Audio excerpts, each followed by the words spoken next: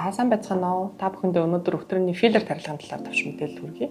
За өтрөөний филлер тарилгыг ямар эмэгтэйд хийдэг вэ гэхээр мэдээж өтрээгээр буюу өөрөөрөө төрчихсөн. За үзэлгээр өтрөөний булчин гэмтэл харьцангуй багатай. За мөн үйлчлэгч маань өөрөө өтрөөний пластик мислаас айдаг үйлчлэгч бол филлер тарилга сонирхож болно. За мөн дээрэс нь ахаад өөрөөрөө жирэмслэх, төрөх сонирхолтой одоогоор миссэлд орох сонирхолгүй байгаа. За ерөнхийдөө бол их тохиолдолд иймэрхүү залттай хүмүүс ордог гэсэн үг.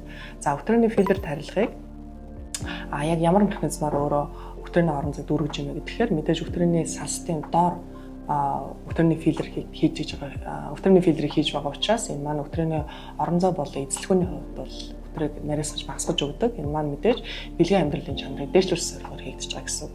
За мөн дээрээс нь өтрөөний филлерийг ямар эмэгтэйчүүд хийж болох вэ гэхээр цэвэрлэлийн насны өтрөөний хуурай шалт үүсчихсэн эмэгтэйчүүдэд бас үр дүнтэй байдаг. Яагаад гэвэл өтрөөний филлер маань өөрөө гиалуроны хүчил агуулсан байдаг учраас гиалуроны хүчил маань өөрөө байгалийн өөртөө усыг нөөцлөх ийм механизм маань өтрөөний чиглэг байдлыг маань буцаж нөхөн сэргээх юм бүрэн боломжтой байдаг гэсэн үг.